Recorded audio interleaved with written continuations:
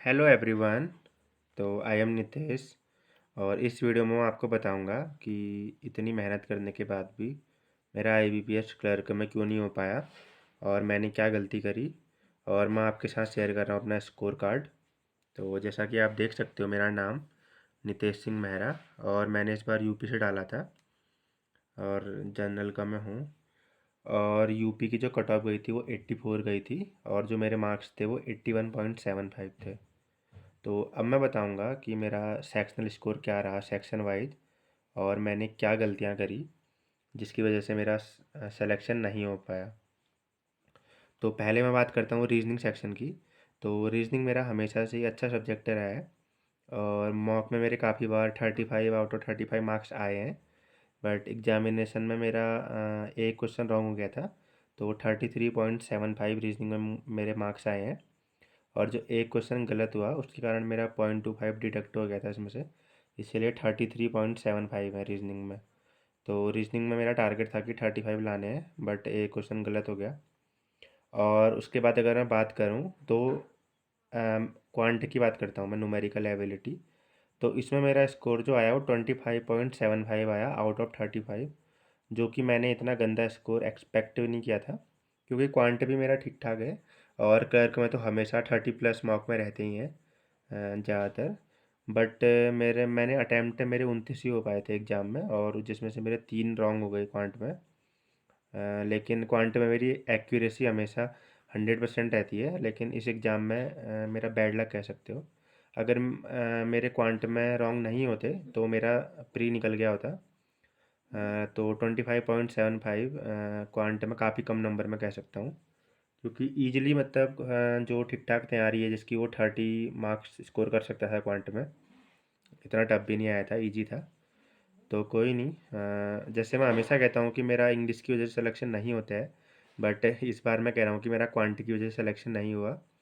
तो जो सब्जेक्ट आपका अच्छा भी हो तो उसमें आपको छोड़ना नहीं चाहिए हो जो गलती मैंने करी। जैसे कि मैं सोचता था कि मेरा क्वांट अच्छा है और मैंने प्रैक्टिस थोड़ी कम कर दी थी और जिस कारण से मेरा 25.75 भी आ पाया।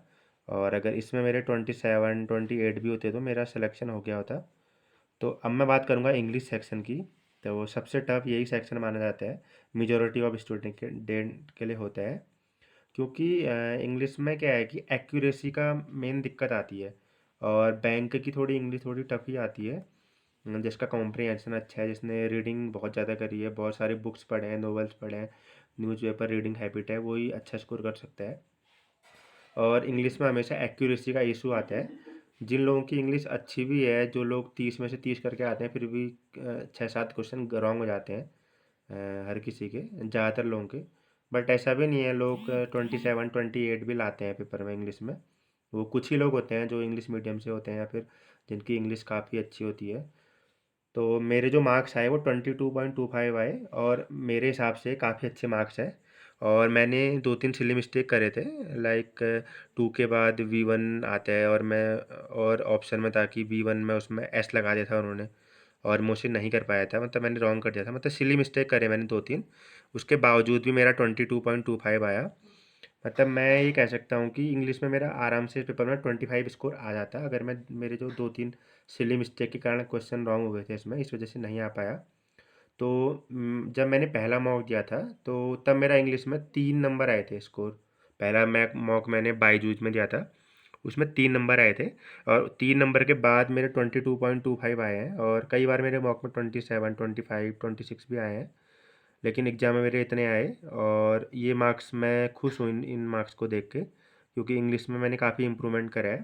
पहले मैंने आपको बताया कि मेरा 3 मार्क्स आया था पहले पेपर में जब मैंने पहला मॉक दिया था। तो उसके बाद मैं काफ़ी डीमोटिवेट हो गया था कि क्या होगा इंग्लिश में।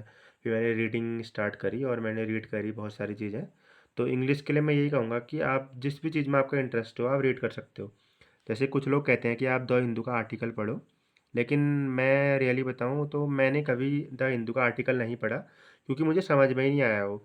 और द हिंदू आर्टिकल की थोड़ी लैंग्वेज भी टफ लगती है मुझे, तो मेरे तो समझ में कम ही आता है वो। तो मैं पढ़ता ही नहीं हूँ उसे, और अगर मैं कभी पढ़ता भी हूँ तो मैं वीडियोज़ के थ्रू पढ़ता हूँ ताकि कोई समझाए तो तब मैं पढ़ता हूँ।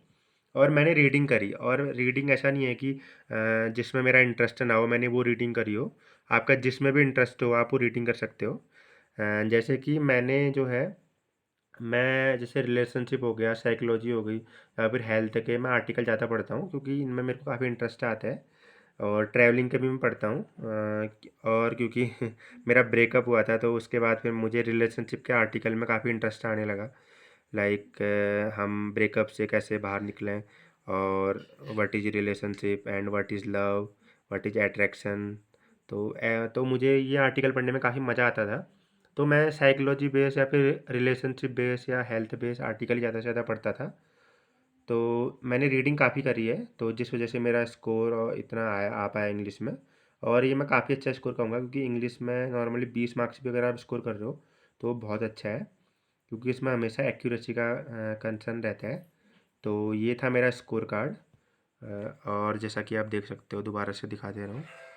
तो मैं तो यही कहूँगा कि आपको तीनों सब्जेक्ट में अच्छे से मेहनत करनी पड़ेगी।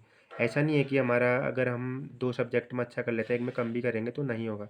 मेरे हिसाब से क्लैरिकल एग्ज़ाम में तो तीनों में अच्छा करना पड़ेगा, क्योंकि जिस हिसाब से कट ऑफ जा रही है लाइक 85, 89, 90 तक कट ऑफ जा रही है, तो तीनों हमें अच्छे करने पड़ेंगे। और तीनों में अगर एवरेज या फिर एवरेज से ऊपर है तो चलेगा। तो ये था मेरा स्कोर कार्ड।